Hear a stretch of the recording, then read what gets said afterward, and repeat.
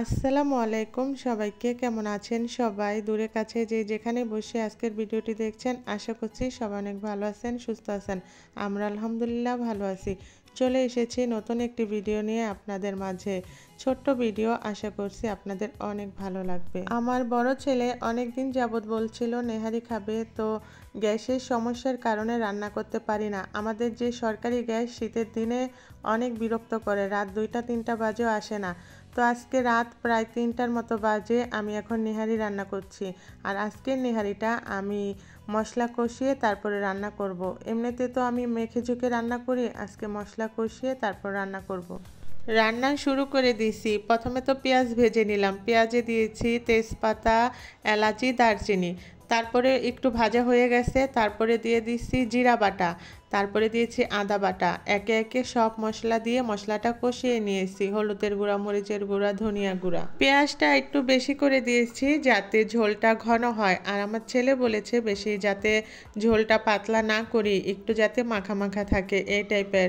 তো অনেকক্ষণ তো জাল করে নিচ্ছি। আর রাত্রে কিন্তু আমি বেশিক্ষণ রান্না করতে পারি নাই। 1 ঘন্টার মতো গ্যাস ছিল, যতটুকু রান্না হয়েছে। তারপরে গ্যাসও চলে গেছে, আমিও ঘুমিয়ে পড়েছিলাম। তারপরে সম্পূর্ণ রান্নাটা আমি সিলিন্ডার গ্যাসেই রান্না করেছি। তো এখন অনেকক্ষণ জাল করেছি নেহারিটা। এখন আমি বাগার দিব। বাগারে দিয়েছি জিরা, পেঁয়াজ, রসুন আর দিয়েছি শুকনো মরিচ। বাগার দিয়ে দিলাম। এখন কিছুক্ষণ জাল হলে রান্নাটা কমপ্লিট হয়ে যাবে। অনেকে বলে নেহারি 2-3 দিন জাল না করলে নাকি খেতে ভালো লাগে না। আমি একদিনে রান্না করি, একদিনেই খাই। আমি যেটা করি, 1 ঘন্টার মতো রান্না করে আমি ঢেকে রেখে দেই। এতে করে সময় অনেক কম লাগে, ভিতর থেকে হাড্ডিগুলো নরম হয় বা যে রগগুলো থাকে ওইগুলো নরম হয়ে যায়। নেহারি রান্না কিন্তু হয়ে গেছে। এখন আমি নামিয়ে দিব। নামানোর আগে দিয়ে দিলাম গরম মশলা গুঁড়া আর জিরা গুঁড়া।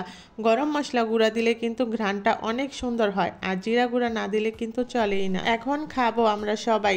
এখন কিন্তু রাত 1টা বাজে। আমরা সব সময় সকালেই নেহারি খাই, আজকে আমরা রাতে খাচ্ছি।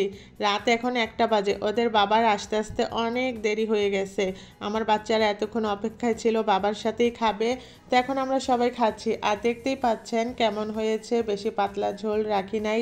দেখতে যেমন সুন্দর হয়েছে, খেতেও মাশাআল্লাহ অনেক ভালো হয়েছে। আমার বড় ছেলে তো অনেক খুশি এরকম নেহারি খেয়ে। নেহারির সাথে নান রুটি না হলে কিন্তু একদমই জমে না। আমি সালাদও কেটে নিচ্ছিলাম, পেঁয়াজ, কাঁচামরিচ, ধনিয়া পাতা, শসা। কেমন লাগলো আজকের ভিডিওটি অবশ্যই কমেন্ট করে জানাবেন। আর যারা এখনও বসে ভিডিওটি দেখছেন, প্লিজ একটা লাইক দিয়ে দিবেন। আপনার একটি লাইক আমার এই ভিডিওটি পৌঁছে দিতে সাহায্য করবে আপনার মতো আর অনেকের কাছে। খেতে খেতে বিদায় নিয়ে নিচ্ছি। সবাই ভালো থাকবেন, সুস্থ থাকবেন। কোনো ভুল হলে ক্ষমার দৃষ্টিতে দেখবেন। আজ এ পর্যন্তই, ফিরে আসবো নতুন ভিডিও নিয়ে আপনাদের মাঝে। আল্লাহ হাফেজ, আসসালামু আলাইকুম।